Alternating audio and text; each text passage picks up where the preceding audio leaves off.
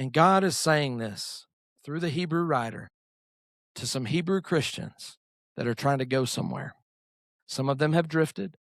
Some of them have not grown like they should have.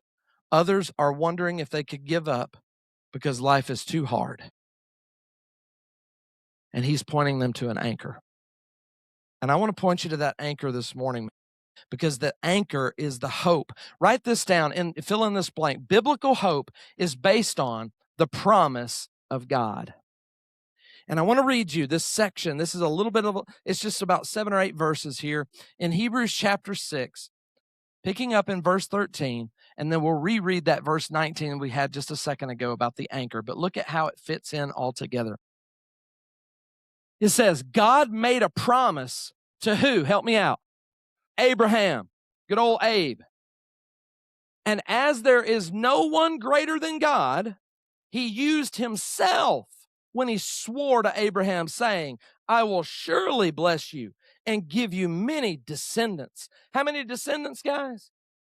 As many as there were stars in the sky and sand on the seashore. That's a bunch. We're learning all the time how many more stars we just haven't even found yet. The last number I heard was something like 100 sextillion. Y'all like, I thought trillion was big. No, sextillion's way out there. And so he makes this promise to Abraham that you're going to have more descendants than you can count stars and sand on the seashore. Abraham waited patiently for this to happen. He finally has a boy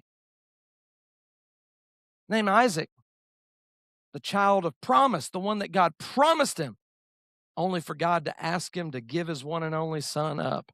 And Abraham's down. I don't know about that one, Lord.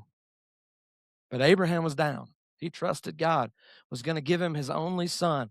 And then when God said, now I know, he lifted up that blade, was going to take the life of his son, sacrifice him to God because he reasoned in his head, I'll do it because God said, but I know God will raise him up.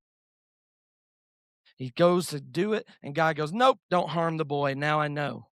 That's an odd thing for God to say, especially for a Calvinist, someone who teaches that it's all predetermined. The text says, now I know. God says, now I know that you wouldn't withhold your one and only son. So this is the story. Abraham waited patiently for this to happen, to get that son, and he received what God promised. People always use, check this out, y'all know this is to be true from elementary school. People always use the name of someone greater than themselves when they swear. Y'all know what I'm talking about? On my mama. You know what I'm saying? On my mama. Or here's the big one. On God. Yeah? Or we used to say, on my mama's grave. You know, like, then you're like, oh, he's serious. He's telling the truth now. Look at this. God knows that about us. For some reason, we swear by something bigger than us. It says the oath, that swearing by something bigger than yourself, that oath proves that what they say is true. And it ends all the arguing. Y'all remember that, right? God wanted to prove that his promise was true to those who would get what he promised. Not just Abraham, but to everybody that would benefit from that promise. Which, by the way, is you and I, if we surrender to Jesus, because Jesus came through that line. The Messiah, the Savior of the world, came through this promise. He said he wanted them to understand clearly that his purpose never changes. So he made an oath, and these two things cannot change.